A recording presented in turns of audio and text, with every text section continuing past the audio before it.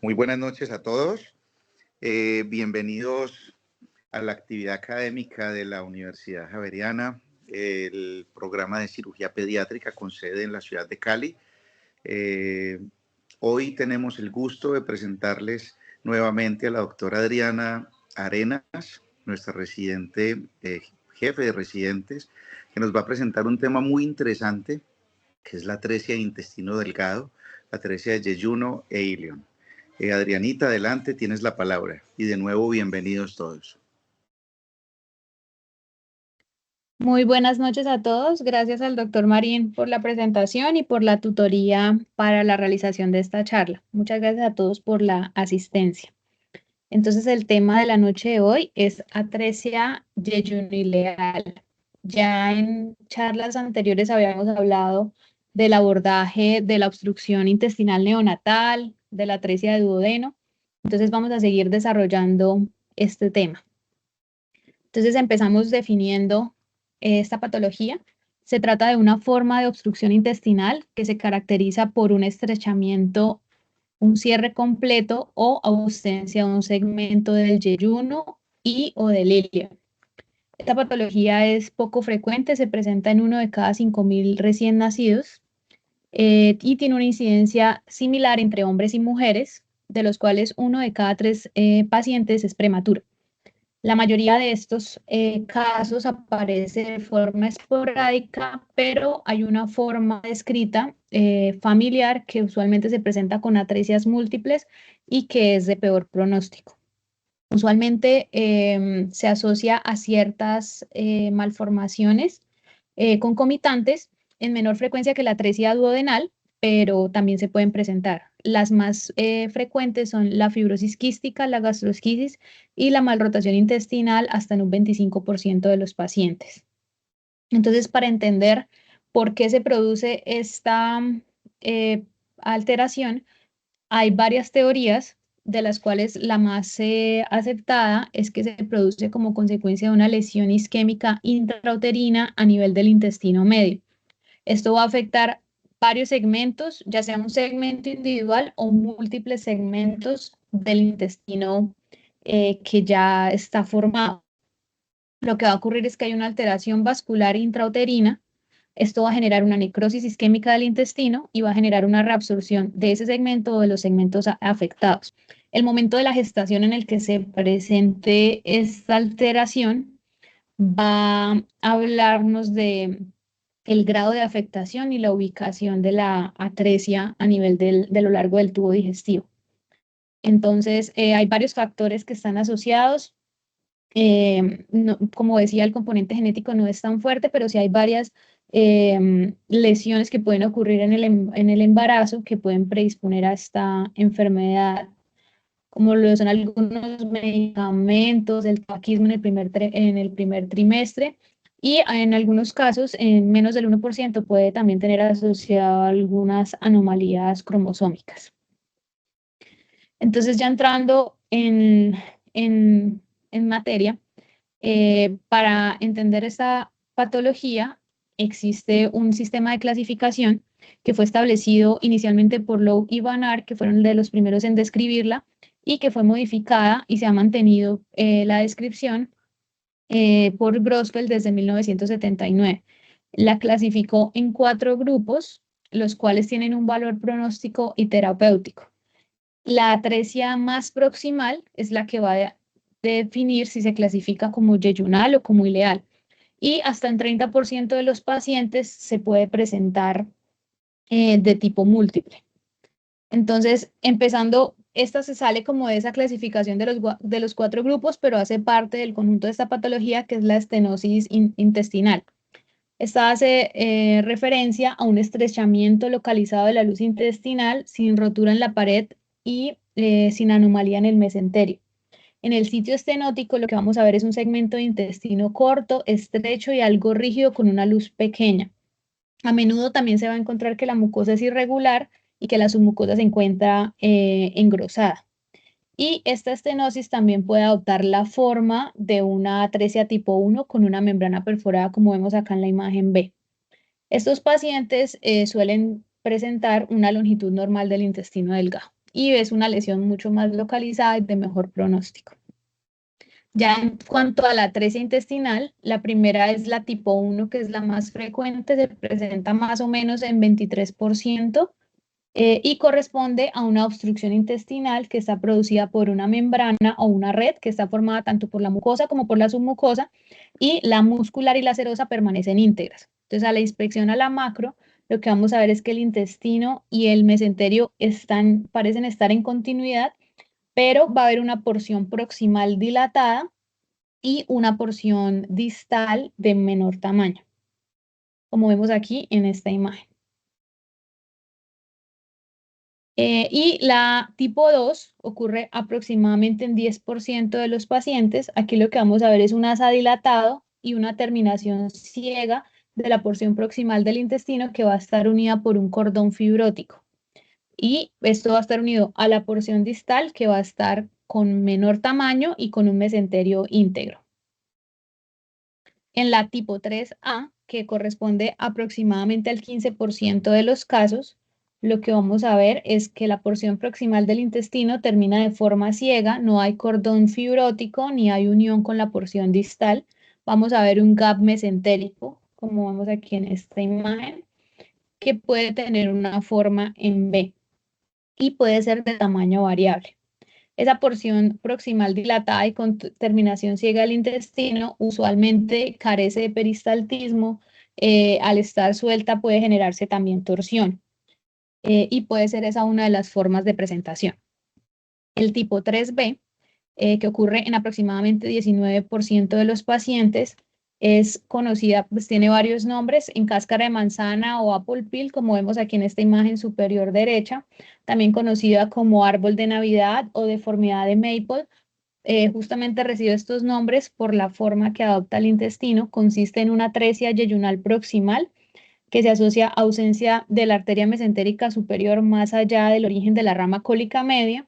Va a haber una agenesia de la porción dorsal del mesenterio y va a haber una importante pérdida de longitud intestinal y una gran anomalía mesentérica. Esta atresia se asocia a un peor pronóstico justamente por ese compromiso tan extenso del intestino, que en muchos casos terminan en un síndrome de intestino corto. Y además también al estar pediculada tiene mayor riesgo de volverse. En la atresia tipo 4, finalmente, que corresponde alrededor del 10% de los pacientes, corresponde a atresias de múltiples segmentos o a una combinación de los tipos 1, 2 o 3. Pueden haber varios. Se presenta hasta en un tercio de los lactantes. La mayoría de estos son casos esporádicos sin otros antecedentes familiares de anomalías intestinales, pero como les había dicho, hay un pequeño grupo que sí es una patología familiar de peor pronóstico. Lo más probable es que esto sea causado por múltiples lesiones vasculares en el mesenterio, a procesos inflamatorios intrauterinos o a una malformación del tracto gastrointestinal durante el desarrollo embrionario. Entonces, lo que ocurre durante la gestación es que va a haber una lesión vascular isquémica. Esto me va a llevar a que hayan alteraciones morfológicas, estructurales y funcionales. Entonces, va a haber una asa proximal que es ciega, que va a estar dilatada, hipertrofiada, que justamente por eso va a tener una actividad peristáltica que va a ser ineficaz. Y además se suman factores como que hay una carencia de enzimas mucosas y de adenosina trifosfata muscular. Además, esos ganglios del sistema nervioso entérico, justamente como no se formó adecuadamente el asa, pueden estar atróficos, que van a empeorar esa actividad peristáltica que ya de por sí es ineficaz. Y hay que recordar también que puede haber una irrigación precaria a nivel del intestino, tanto del asa proximal como del distal. Y algo que es un dato muy importante a tener en cuenta, sobre todo en el momento del abordaje quirúrgico, es que estos cambios histoquímicos y mecánicos se pueden evidenciar hasta 15 a 20 centímetros a nivel proximal y de 3 a 5 centímetros a nivel distal de la atresia. Y esto genera que la peristalsis sea ineficaz. Entonces, esto lo debemos tener en cuenta en el momento de la resección, porque si dejamos una porción que justamente no esté funcionando bien, puede persistir una obstrucción intestinal en el posquirúrgico. En cuanto al abordaje del diagnóstico, a veces tenemos el diagnóstico ya desde el periodo prenatal, o a veces se manifiestan en el periodo postnatal. Entonces, lo que nos va a llevar a la sospecha en el periodo prenatal van a ser manifestaciones sugestivas de obstrucción en el intestino delgado. Entonces, puede haber dilatación digestiva con hiperperistaltismo. Esto va a ser visible en la ecografía desde la semana 22 y vamos a tener una dilatación significativa que se considera a partir de 1 centímetro. Y la mayoría pues van a ser descritos incluso mayor de 17 milímetros. Otro signo es la presencia de restricción del crecimiento intrauterino e hidramnios y sobre todo van a ser más evidentes, van a ser mayores si la atresia es alta. Pueden haber presencia de calcificaciones peritoneales, sobre todo a nivel perihepático cuando ha ocurrido una perforación intestinal prenatal con una peritonitis meconial que se autolimitó. Entonces, eso es uno de los signos que podemos encontrar. Y solamente 1/3 de las atresias de intestino delgado se diagnostican en este periodo. Las demás se van a diagnosticar en el periodo postnatal.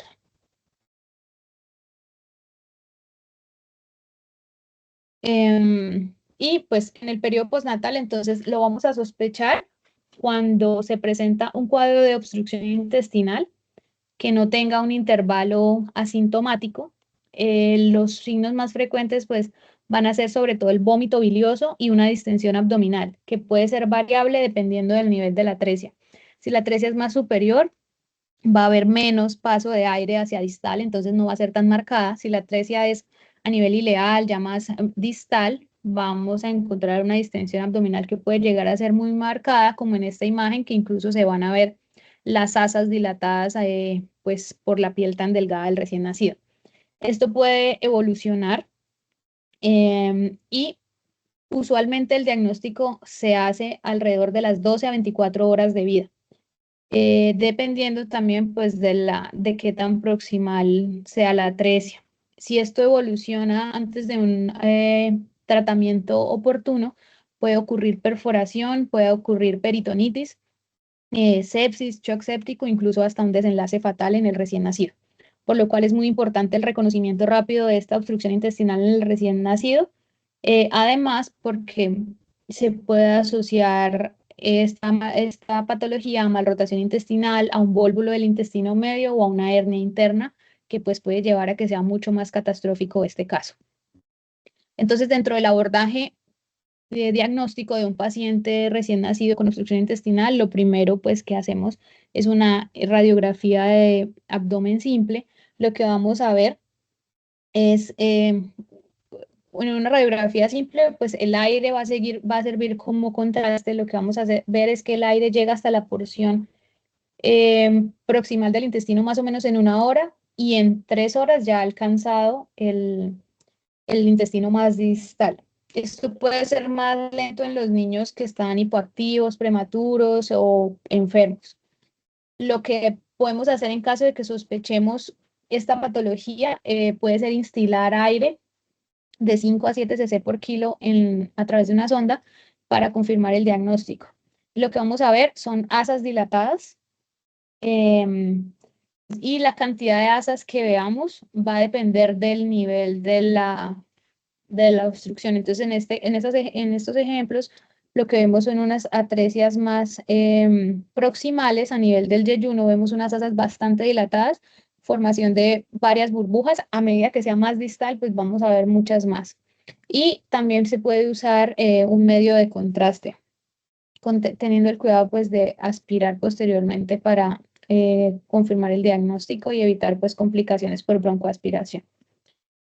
En caso de una atresia ileal, aquí vemos entonces que hay también mucha distensión de las asas, pero vemos muchos más niveles y muchas más asas dilatadas, donde podremos llegar a tener más o menos una idea de qué tan distal es. Algo que es muy importante en cuanto a las ayudas diagnósticas es, además de hacer la radiografía simple que me va a ayudar en el abordaje inicial, hacer un examen contrastado, un colon por enema, que nos va a permitir evaluar y descartar si se trata de un microcolon o de una obstrucción del intestino delgado, que pues podría llegar a ser difícil de diferenciar, ya que en los recién nacidos pues hay pocas marcas australes, entonces a veces es difícil de diferenciar, pero es muy importante realizarlo. Además, porque me permite evaluar si hay una atresia distal concurrente y descartar enfermedad de Hirschsprung o un hilio o tapón meconial asociados. Este procedimiento no debería retrasar pues el resto del manejo, incluso en algunos sitios se realiza en la sala de cirugía mediante fluoroscopio.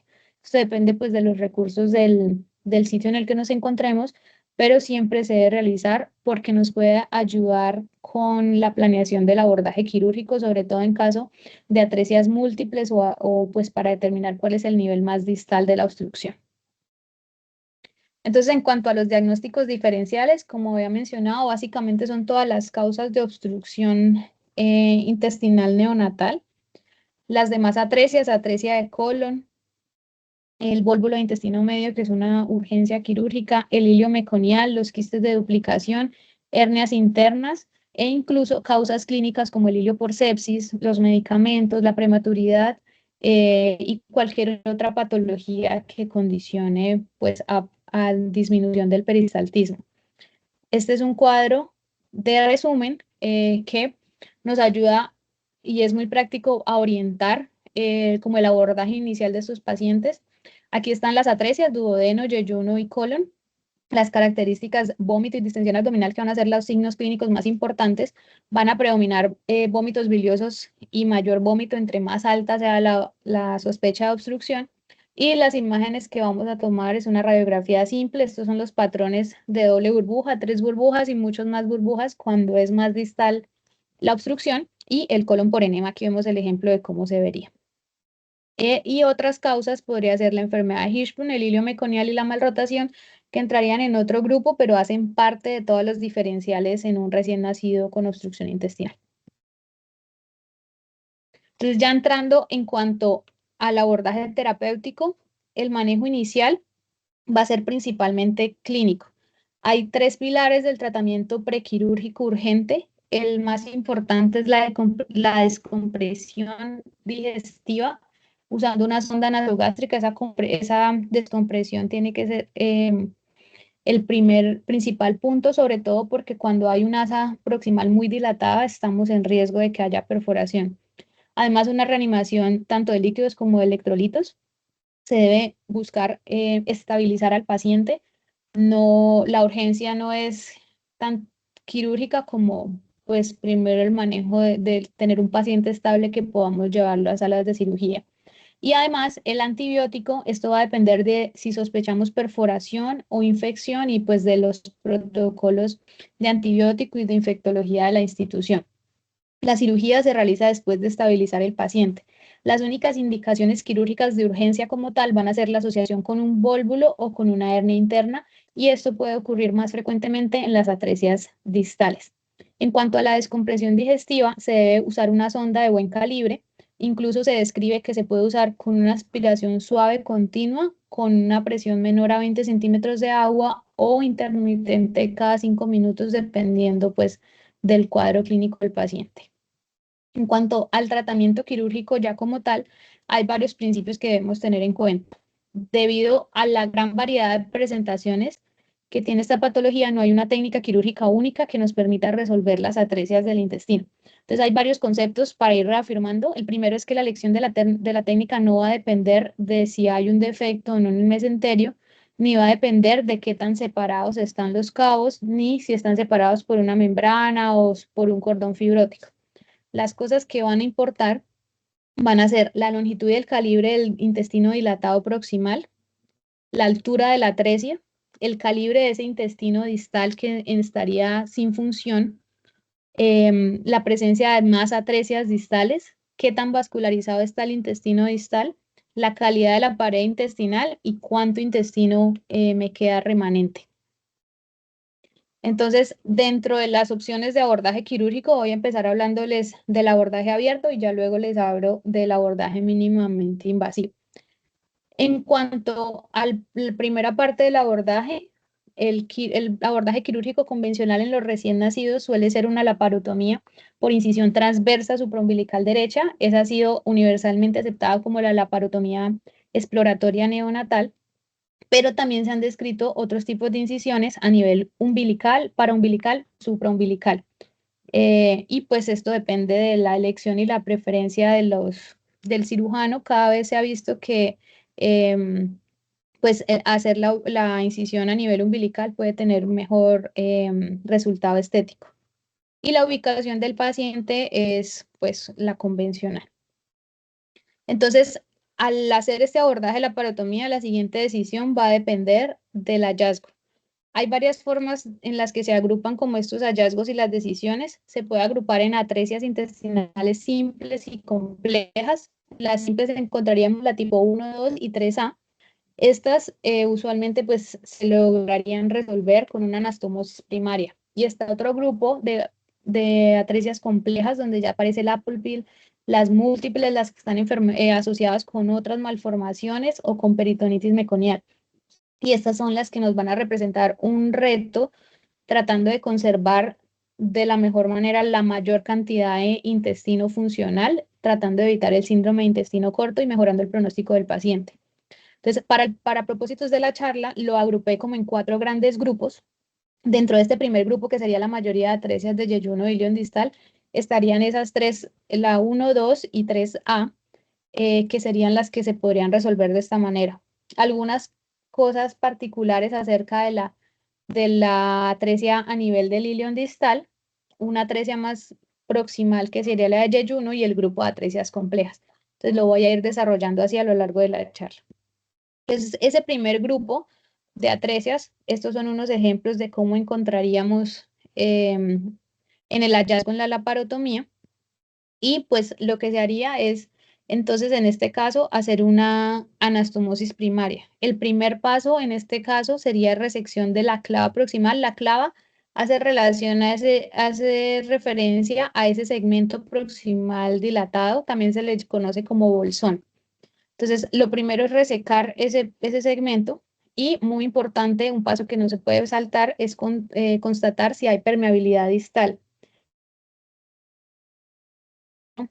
Hacia distal para poder realizar la anastomosis. Esto se puede hacer instilando solución salina. Siempre es vital descartar que hayan atresias distales. No se puede anastomosar y pues que se nos pase una obstrucción mucho más distal. Además, el siguiente paso es evacuar el intestino proximal previo a la anastomosis.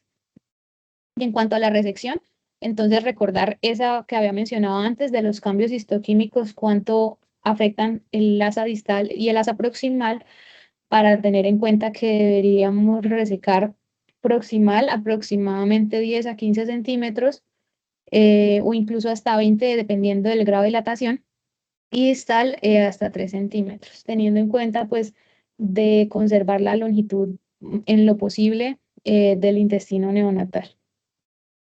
El siguiente paso entonces es realizar la anastomosis. Lo más frecuente es que encontremos una gran diferencia de calibres entre la boca proximal y la distal. Entonces se sugiere remodelar. Entonces hay varias técnicas para realizar esto, tratando de disminuir la presión y el alto riesgo de que haya una fuga anastomótica en esta anastomosis. Entonces, una de las técnicas descritas es la técnica de Nixon, em, que consiste en que el extremo distal se corta de forma oblicua y se hace una incisión vertical sobre su borde antimesentérico. Esto lo que hace es aumentar el diámetro de la boca y luego se hace la sutura de ambas bocas con puntos separados extramucosos de Bicryl y se corrige finalmente el defecto mesentérico. La mayoría de estas atresias simples se logran resolver de esta manera. En- y para tener en cuenta, entonces, además en la atresia ileal distal, se puede resolver de la misma manera que ya mencioné, pero hay algo que hay que hacer adicional, que es hacer una biopsia para descartar enfermedad de Hirschsprung. Y esta biopsia se debe tomar de la porción más distal del ilion o del colon. Idealmente, pues, del colon para descartar la asociación con esta patología. En cuanto a la atresia yeyunal proximal, es en esta donde va a haber más problema en cuanto a la diferencia de calibres entre el asa proximal y el asa distal. Y las estrategias que voy a mencionar a continuación para lograr hacer la anastomosis también se podrían usar en los casos previamente mencionados, porque todo esto va a depender de la diferencia de calibre.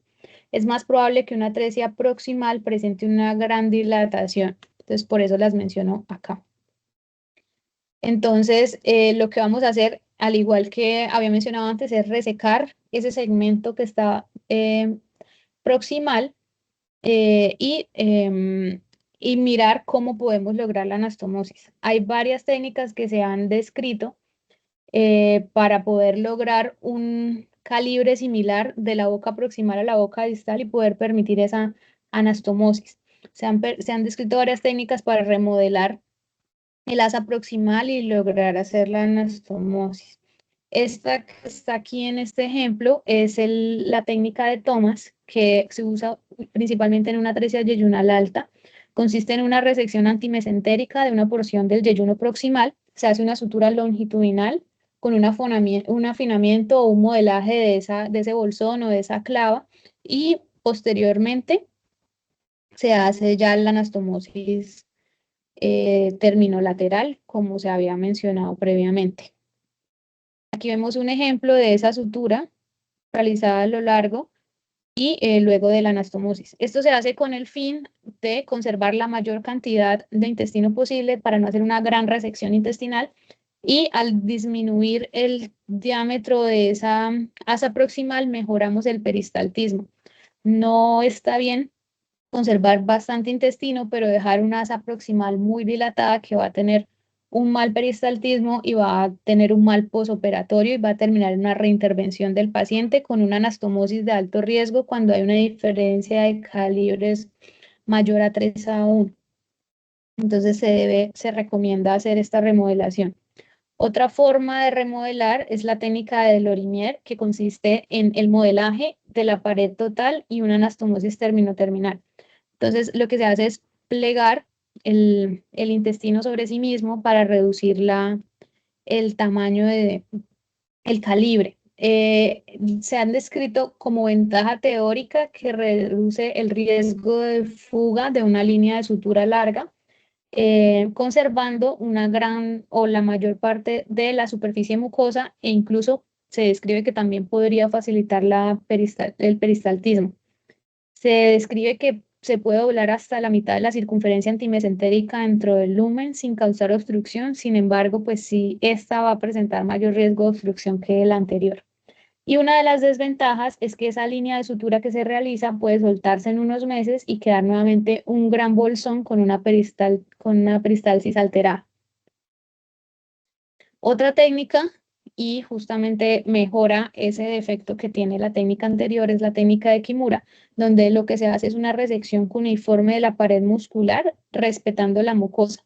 Entonces se logra hacer ese afinamiento, conservando una mayor cantidad de mucosa para su absorción y disminuiría el riesgo de que quede nuevamente un bolsón grande. Y en teoría también al hacer esto se mejora el peristaltismo.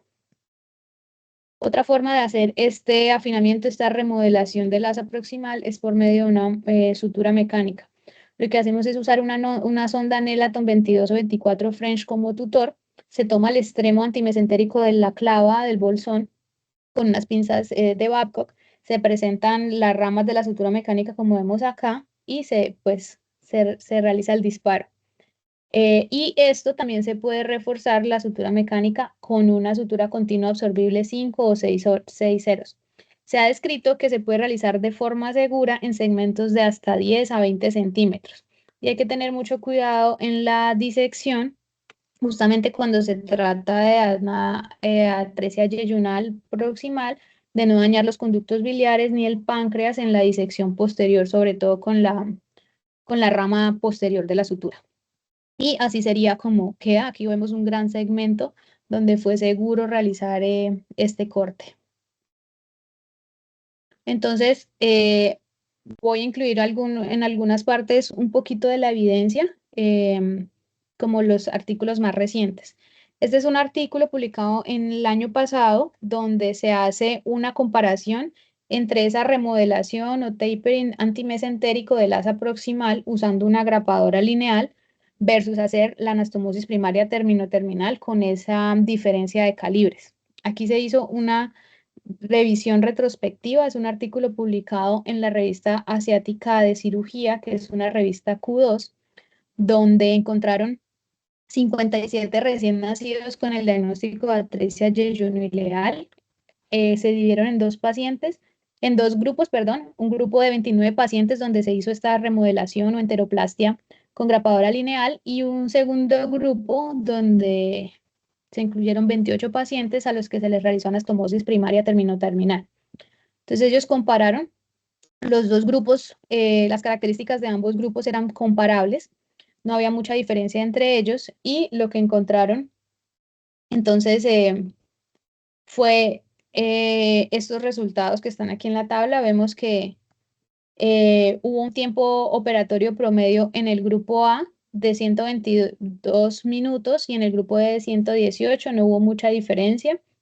El tiempo promedio hasta la vía oral plena fue menor en el grupo A y hubo menor estancia hospitalaria también en el grupo A, que es el de la enteroplastia. Entonces ellos concluyen que hacer la enteroplastia con la grapadora lineal va a mejorar ese tiempo de recuperación, reduce la estasis, justamente porque mejora el peristaltismo. Esto también va a disminuir el riesgo de traslocación y colonización bacterianas que se asocian y que es una de las cosas que se deben evitar. Va a permitir un inicio y mantenimiento de la vía oral más temprano y disminuye la estancia hospitalaria. Entonces, concluyen en este estudio que es mejor hacer la remodelación del asa proximal que hacer una anastomosis con una gran diferencia de calibres. Entonces, continuando con el abordaje quirúrgico, ya sería el siguiente grupo, que son las atresias intestinales complejas. Entonces aquí estaría el grupo de Apple-Pill, las atresias múltiples, las atresias muy extensas. Entonces en este caso tenemos el reto de cómo tratar a estos pacientes. Algunos se podrán hacer la anastomosis y pues se puede resolver de esta manera. En otros se recomienda hacer una reconstrucción intestinal por etapas. Entonces, esto se hace mediante una ostomía funcionalizante. Se recomienda ostomizar el paciente cuando la anastomosis primaria no es posible, ya sea porque el paciente esté inestable, porque haya un proceso inflamatorio, porque los extremos estén muy separados, porque el intestino esté muy desfuncionalizado para poder hacer una anastomosis segura. Entonces, dentro de las opciones que tenemos para ostomías funcionalizantes, eh, hablamos de este tipo de ostomías y no una ostomía convencional porque estas permiten dilatar gradualmente ese microintestino distal por falta de función. Además, permiten descomprimir la clava proximal y permiten que se presente el síndrome de la asa ciega. Entonces, hay varias técnicas. Tenemos la técnica esta que se llama en doble cañón de escopeta o de Mikulix. Donde lo que se va a hacer es abocar ambas asas y dejándolas así con un doble cañón, teniendo la desventaja de que el contenido intestinal no va a llenar a la boca distal y no va a permitir justamente funcionalizar y aumentar el calibre. Y otra desventaja es que requiere una laparotomía para realizar su cierre. Entonces, estas ya cada vez están en desuso. Ya que se asocia también a mayor pérdida de líquidos y electrolitos por la ileostomía. Entonces se plantearon otras modificadas, como está la de Bishop-Koop y la de Bishop-Koop modificada, que se describe como una anastomosis en Y de Rux. Esta también se usa mucho en el caso del hilio meconial y ha mostrado gran utilidad también en las atresias intestinales. El propósito de esta ostomía es evitar el derrame de enzimas pancreáticas y lo que se hace es que se exterioriza el asa distal delgada en una sola boca y el asa proximal dilatada se anastomosa intraperitoneal muy cerca al estómago. La ventaja pues que esta se puede hacer un cierre extraperitoneal, aunque ya cada vez se usa menos y la que más popularidad tiene y la que más se usa en la mayoría de lugares es esta ostomía tipo Santulli, que es una ostomía terminolateral. Esta fue una modificación de la anterior porque se encontraban muchas fugas anastomóticas que se creen que es porque había un pobre paso del contenido desde la boca distal, perdón, a la boca distal. Entonces aquí se modificó y lo que se hace es que el asa proximal dilatada se aboca a la piel y el asa pequeña se anastomosa más o menos a 3 centímetros de la ostomía. Esto va a hacer que se pueda liberar la presión del asa proximal efectivamente y que se pueda funcionalizar progresivamente el intestino distal. Inicialmente lo que se hace es dejar esta boca de la ostomía abierta para descomprimir, luego se avanza una sonda donde se puede iniciar una nutrición enteral instilada hacia distal, esto va a favorecer entonces que haya el aporte de líquidos, de electrolitos, de nutrientes y además al ir haciendo esto de forma progresiva va a inducir un crecimiento progresivo de ese intestino distal que antes no estaba funcionando. Luego lo que se hace es que se pone un clamp a través de la enterostomía y va a forzar el paso de proximal hacia distal y esto se va haciendo de forma progresiva. Se plantea que al hacer esto, el flujo va a ser tan grande cuando ya esté calibrada la boca distal que se va a ir cerrando y se puede programar el cierre de la ostomía de forma extraperitoneal. Lo que se ha reportado en muchos lugares, especialmente en Argentina, que han reportado la experiencia es sobre todo la combinación de varias técnicas. Ellos suelen hacer un modelaje extramucoso de ese bolsón proximal, hacen una ostomía tipo Santulli, avanzan una sonda transanastomótica y van haciendo el avance de la nutrición enteral de forma precoz. Una ventaja de esto es que se puede hacer la realimentación, que consiste en, y sobre todo se usa en ostomías de alto gasto, cuando se ven gastos mayores a 50 cc por kilo día, cuando el intestino está patente, ya se puede ir empezando a hacer una reinfusión o realimentación. Esto tiene pues varios nombres, donde se pasa ese contenido intestinal hacia distal. Esto va a mejorar el movimiento intestinal, aumenta el diámetro del asa distal, estimula la absorción de nutrientes y va a disminuir el riesgo de que haya atrofia de la mucosa y translocación bacteriana. Esto se suele hacer en el ileum meconial y también ha mostrado buenos resultados en la atresia intestinal. La limitación es poder contar con un equipo que esté entrenado y que conozca esto para que se pueda hacer de forma adecuada. En la clínica Inbanaco se ha hecho, sobre todo con pacientes con ileum meconial, pero se ha reportado pues en conjunto con gastroenterología este manejo con buenos resultados. Entonces, aquí continuando con la evidencia, el tratamiento de la atresia comparando la anastomosis primaria versus hacer ostomías. En el título creo que ya está el resultado. Si se doblan las operaciones, se dobla el riesgo de complicaciones. Lo que hicieron en este estudio publicado en el 2022 en la revista de cirugía, en el Journal of Pediatric Surgery, fue comparar la ocurrencia de complicaciones posoperatorias severas, clasificadas como Clavien-Dindo igual o mayor a 3 dentro de 30 días, y la ocurrencia pues, de diferentes complicaciones a corto y a largo plazo. Se hizo una revisión retrospectiva desde enero de 1998 hasta febrero del 2021 y se encontraron en total 80 pacientes, de los cuales 48 se les hizo anastomosis primaria, el 60%, y 32 pacientes, el 40%, se les realizó enterostomía.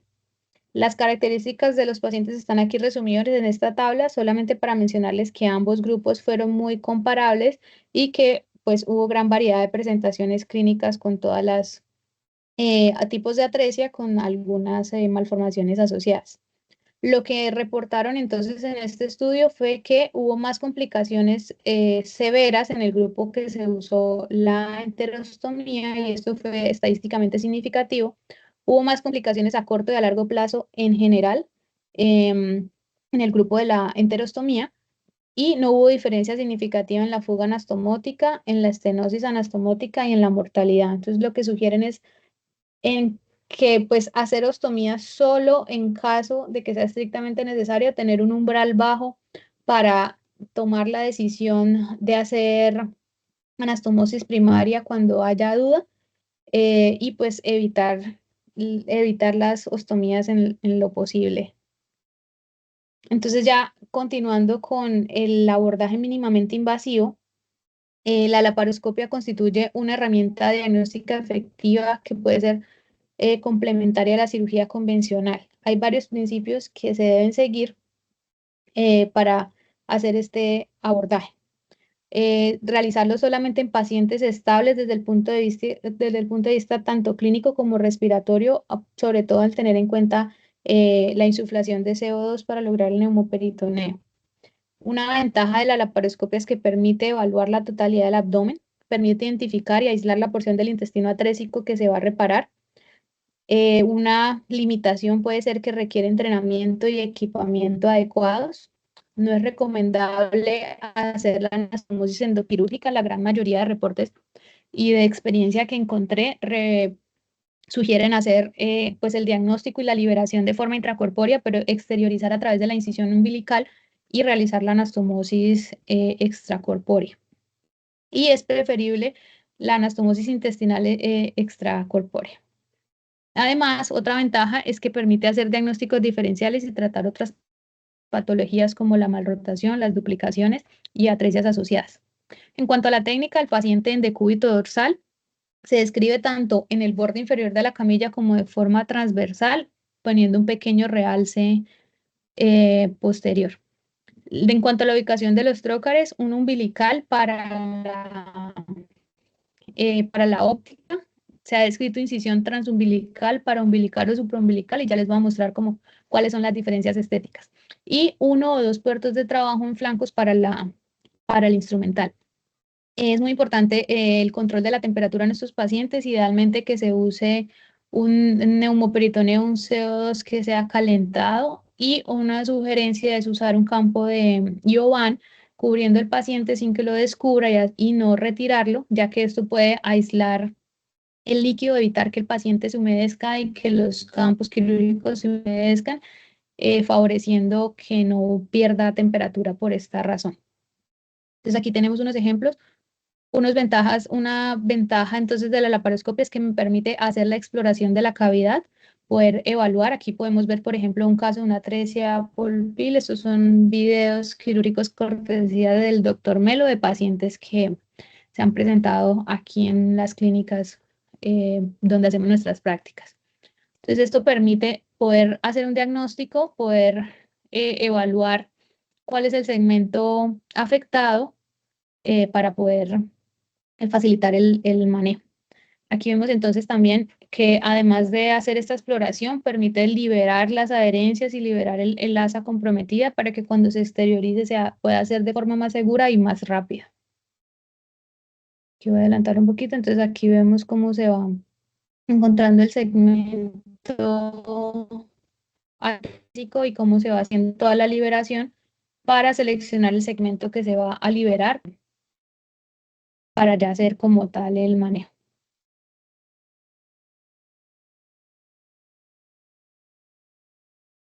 Y acá es un ejemplo de un caso, entonces posterior a lo que se realizó de la exploración, se exterioriza el asa intestinal a través de la incisión umbilical y se realiza ya la anastomosis como previamente lo mencionó, remodelando o haciendo la anastomosis primaria según el caso.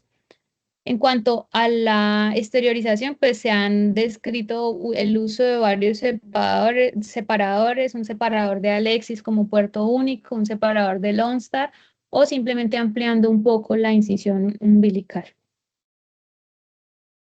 Aquí vemos pues que se hace la anastomosis y vemos acá en una imagen cómo sería uno de los resultados en un caso de una atresia intestinal múltiple.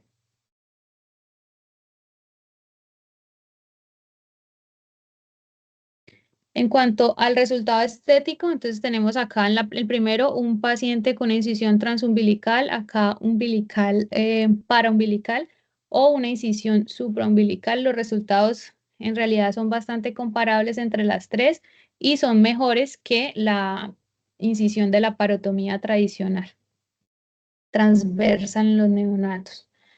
En cuanto a la evidencia, este es un artículo publicado en la revista de cirugía investigativa, es una revista Q2, donde se hace una comparación de la cirugía asistida por la laparoscopia, sería el término correcto, más que mínimamente invasiva, ya que se hace la anastomosis de forma extracorpórea, versus un grupo control de cirugía abierta. Se hizo una revisión retrospectiva, 47 pacientes en igual proporción hombres y mujeres, donde 40% se les realizó manejo mediante cirugía asistida por laparoscopia. y de ese grupo, 3 pacientes tuvieron que convertirse a cirugía abierta como tal. Dentro de lo que se encontró, reportaron que en la cirugía asistida por laparoscopia hubo menor tiempo quirúrgico y menor tiempo de inicio de nutrición enteral y tardaron menos tiempo los pacientes en llegar a una nutrición plena. Y esto fue estadísticamente significativo. No encontraron diferencia en la duración de la nutrición parenteral, en la estancia hospitalaria y en el peso del paciente al egreso. Las complicaciones en general se presentaron en un 14%, siendo ligeramente mayores para la cirugía abierta. Entonces, lo que concluyen es que la cirugía asistida por laparoscopia es segura y es factible en el recién nacido y que los desenlaces posoperatorios son similares con una tasa ligeramente menor en complicaciones posoperatorias para la asistida en laparoscopia. Entonces, prueba que en estos pacientes neonatos donde suele haber un poco de controversia sobre el uso de la laparoscopia, es una forma segura de usarlo. En cuanto a las consideraciones ya posoperatorias, es habitual, y esto es algo que hay que tener presente, que se encuentre un inadecuado tránsito intestinal que puede prolongarse por 1 o 2 semanas, justamente por todo lo que ha mencionado en la fisiopatología. Entonces se recomienda dejar una sonda transanastomótica siliconada que permita el inicio precoz de la nutrición parenteral, de nutrición enteral, perdón. Pero nunca olvidar la descompresión proximal, dejando una sonda nasogástrica, un acceso venoso central al final del procedimiento para la nutrición parenteral en el posoperatorio inmediato. Esta nutrición parenteral va a tener una duración variable que va a depender de que se reanude el tránsito intestinal y haya una absorción eficaz. Y en cuanto al inicio de la nutrición enteral, se debe iniciar cuando el aspirado gástrico sea limpio, cuando la secreción sea mínima y cuando ya haya un adecuado tránsito intestinal, es decir, que el paciente ya esté evacuando. La recomendación es iniciar con una infusión continua de 20 cc por kilo día de lactancia materna o fórmula láctea, aumentar las tomas a razón de 20 a 30 cc por kilo por día y ya iniciar la ingesta oral como tal cuando el paciente esté totalmente despierto, cuando pueda succionar y cuando tolere tomas de al menos 8 cc por hora, por sonda por hora. En cuanto a las complicaciones posoperatorias, una de las más importantes es la obstrucción intestinal crónica entre la clava y la anastomosis, justamente por dejar una asa muy dilatada con un peristaltismo alterado. Pueden haber complicaciones de la anastomosis, como la dehiscencia, que puede llevar a fuga, peritonitis o fístula, o la estenosis, que puede llegar a oclusión o incluso a enterocolitis. El intestino residual corto, que es una de las cosas que se tratan de evitar con estos pacientes cuando se hacen resecciones muy grandes, pueden llevar a malabsorción, diarrea y colonización bacteriana al intestino delgado. Cuando esto sucede, va a predisponer a colestasis, a cirrosis por uso crónico de nutrición parenteral y pues el síndrome de intestino corto es también un tema bastante extenso que se sale de la revisión, pero es un tema que hay que tener muy en cuenta en estos pacientes de atresia intestinal. Otra complicación es el síndrome de asa ciega que predispone a colonización y translocación bacteriana, a sepsis y a bacteremia. Y otras complicaciones no específicas asociadas pues a las diferentes patologías son las infecciones del catéter venoso central, que son frecuentes en estos pacientes justamente por el uso de nutrición parenteral y complicaciones asociadas a la prematuridad y a otras comorbilidades asociadas. En cuanto al pronóstico de los pacientes, el desenlace funcional va a depender de la ubicación de la atresia, de la madurez del intestino, de esa longitud del intestino residual y de la presencia o no de válvula ileocecal, ya que la válvula sobre todo es crucial porque permite la adaptación intestinal más rápida cuando la longitud del intestino delgado es corto. Hay que tener en cuenta que en un lactante prematuro ese intestino todavía tiene chance de madurar y crecer, entonces de pronto esto puede favorecer el pronóstico.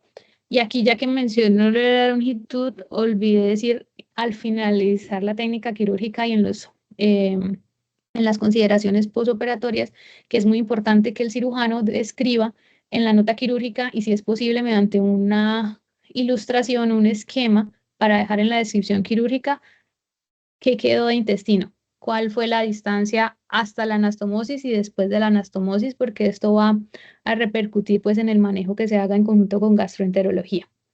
Cuanto a los factores asociados a peor pronóstico, están las atresias múltiples, la atresia tipo Apple-Pill, cuando hubo peritonitis meconial, los pacientes de menos de 2 kilos y cuando tienen otras anomalías asociadas.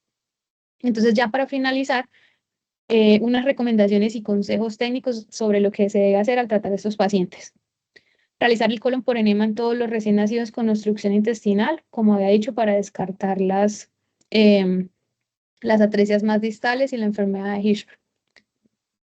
En el caso de que haya una atresia ileal distal, siempre hacer biopsia del cabo más cercano al colon o del colon para descartar Hirschsprung.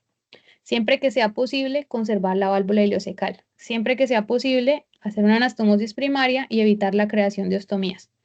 Intentar en todo momento preservar todo el segmento intestinal que impresione viable. El cirujano debe ser muy exhaustivo y muy cuidadoso y muy responsable, tratando de preservar todo segmento que considere viable y que no ponga en riesgo al paciente. Y además, como ha mencionado, medir el intestino en su totalidad. Para esto se puede usar una seda, medirlo y luego, pues, ya al salir de cirugía, medirlo con un metro o pues hay varias estrategias para medir y hacer un esquema que quede en la historia clínica. Esto va a favorecer tanto el manejo del paciente inmediato como a largo plazo cuando quedan con intestino corto. Muchas gracias.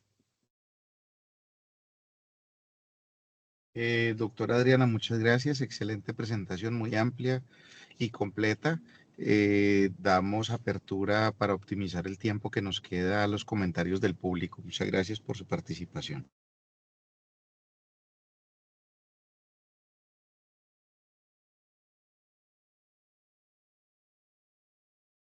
Les pedimos a los participantes del público levantar la mano si tienen algún comentario.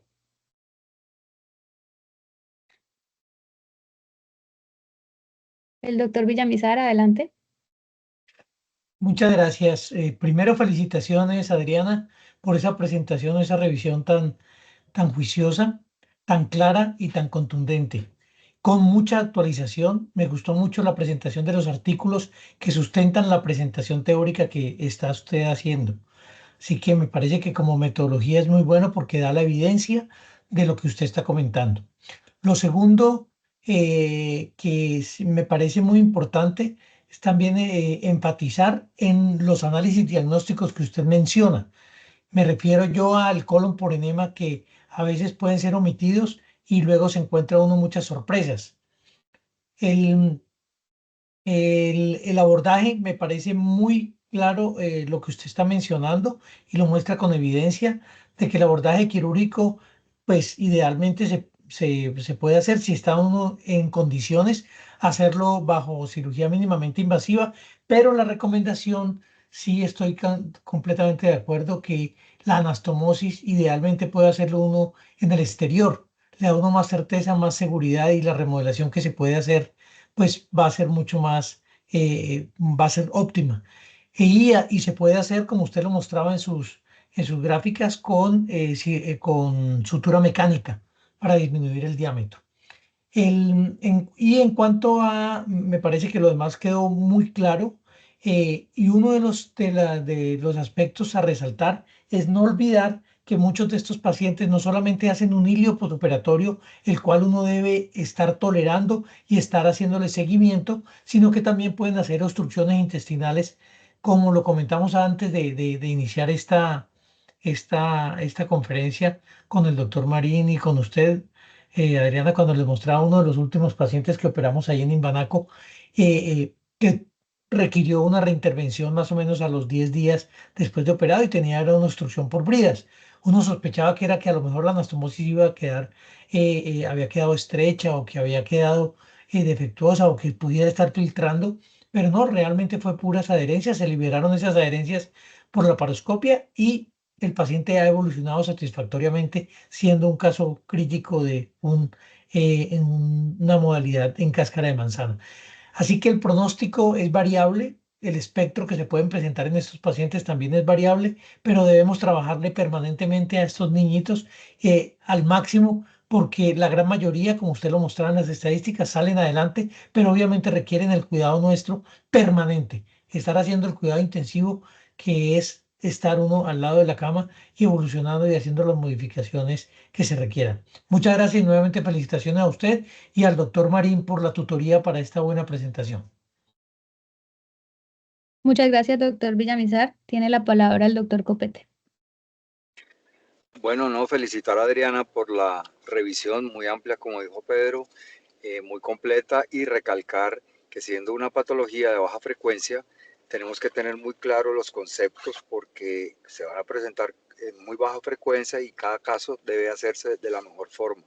Las recomendaciones son muy claras. Quiero recalcar nuevamente lo que dijo Adriana del modelaje. Cuando hay una diferencia de calibre grande, esto cambia absolutamente el pronóstico, el aumento, el inicio del peristaltismo y de poder iniciar vía oral también mucho más rápido a los pacientes. Mi experiencia cuando he hecho el modelaje antimesentérico es muy bueno para hacer la anastomosis término-terminal.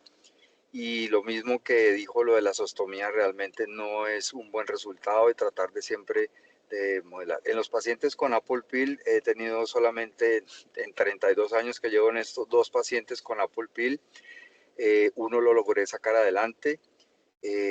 Muy difícil la anastomosis, muy difícil, y tiene que tener un equipo multidisciplinario que lo apoye porque es un paciente con intestino corto.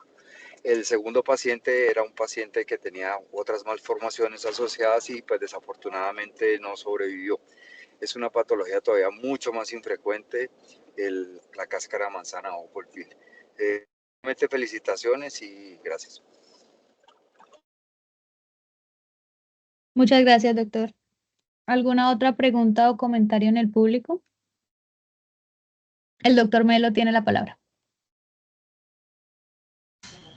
Adriana, muchas gracias por la presentación. Excelente revisión del tema, la verdad que me gustó como la metódica que utilizaste. Quiero hablar cosas puntuales respecto a algo que tener en cuenta como residente que se está empezando. Todo recién nacido que vomita bilioso está obstruido hasta no demostrar lo contrario. Eso es un axioma, una verdad. ¿Y qué hay que hacer? Radiografía de abdomen simple por lo menos. Y ver las ajas dilatadas y hacer el diagnóstico de obstrucción intestinal congénita. Eso hay que tenerlo claro. Un niño que vomita bilioso recién nacido está obstruido. Eso es clarísimo, hay que tenerlo claramente y debe seguir así siempre, para siempre. Ahora, una vez hecho el diagnóstico radiológico, pues te apoyas en colon por enema para ver el tipo de atresia, el tipo de microcolon que pudieras tener u otra cosa. Ya respecto a lo que hablas de las modelajes, hay muchos tipos de modelajes. Ese que hablas de Plicard, Lorimier y esos otros.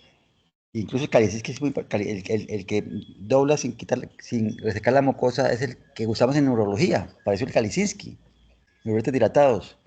Eso, el problema de ese tipo de modelaje es que son medio obstructivos y llevan incluso a que el paciente crónicamente padezca de obstrucción. Por eso es mejor resecar. Y cuando habla de resecar suficiente para que la anastomosis sea más sencilla y requiera menos modelaje realmente. Entre menos modelaje haga usted, mejor la anastomosis, porque te queda algo de intestino residual que es hipotónico y no va, a pesar de que no esté obstruido, no va a avanzar rápidamente en la nutrición y se va a demorar cada vez más.